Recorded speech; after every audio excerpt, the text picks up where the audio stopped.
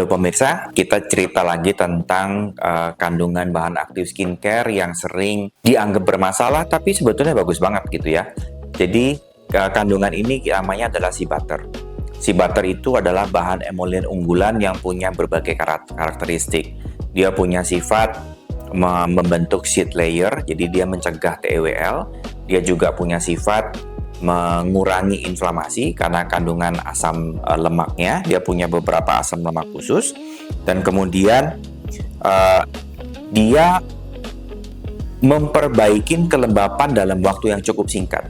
Nah, si butter ini memang di kulit-kulit kering itu sangat bagus, di badan sangat bagus, di muka juga sangat bagus. Tapi mesti diingat, rata-rata mereka yang sudah bermasalah, jadi misalnya kulitnya sudah inflamasi, kulitnya memang pasien-pasien jerawat, itu tidak cocok menggunakan sea butter. Kenapa? Karena pada kulit-kulit yang sensitif, pembuluh lubang keluarnya kelenjar minyak dan kelenjar keringat ini udah bermasalah. Dia kering, kolaps, dan udah nyumbat. Jadi pada saat diberikan sea butter, sumbatnya itu seakan-akan makin pakem, makin nutup gitu dengan sea butter. Padahal bukan sea butter yang bermasalah, tapi prosedur terapinya yang bermasalah. Mestinya diberikan pengelupasan dulu, dibuang dulu kulit-kulit matinya, baru boleh menggunakan sea butter atau dikombinasikan bersamaan. Ketika kita menggunakan sea butter dengan cara yang tepat, edukasi yang tepat, hasilnya sangat bagus. Karena sea butter itu mendekati seramid alamiahnya badan.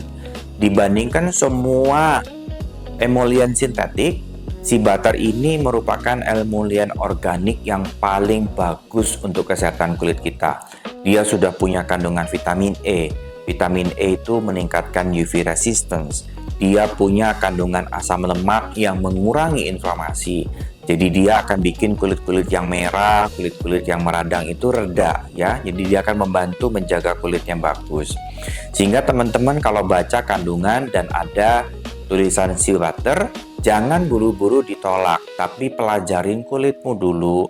Karena pembuktian sea butter dalam penelitian ataupun dalam research, sea butter tidak termasuk dalam comedogenic. Dari skala 0 sampai 5 comedogenic, sea butter ada di range 0 ke 1, maksimal 2. Jadi pada saat kita berhadapan dengan sea butter dan kemudian muncul breakout, coba direview lagi. Apakah memang bukan kulit pada tempatnya? Karena kulit sensitif biasanya kering. Tapi bukan artinya dia butuh sea butter. Dia butuh anti-inflamasi, jadi lebih cocok ke soothing dibandingkan dengan pelembab. Ingat, diagnosis yang tepat akan cocok untuk hasil kulitnya, karena saya selama 20 tahun menggunakan sea butter tidak pernah terdapatkan muncul breakout.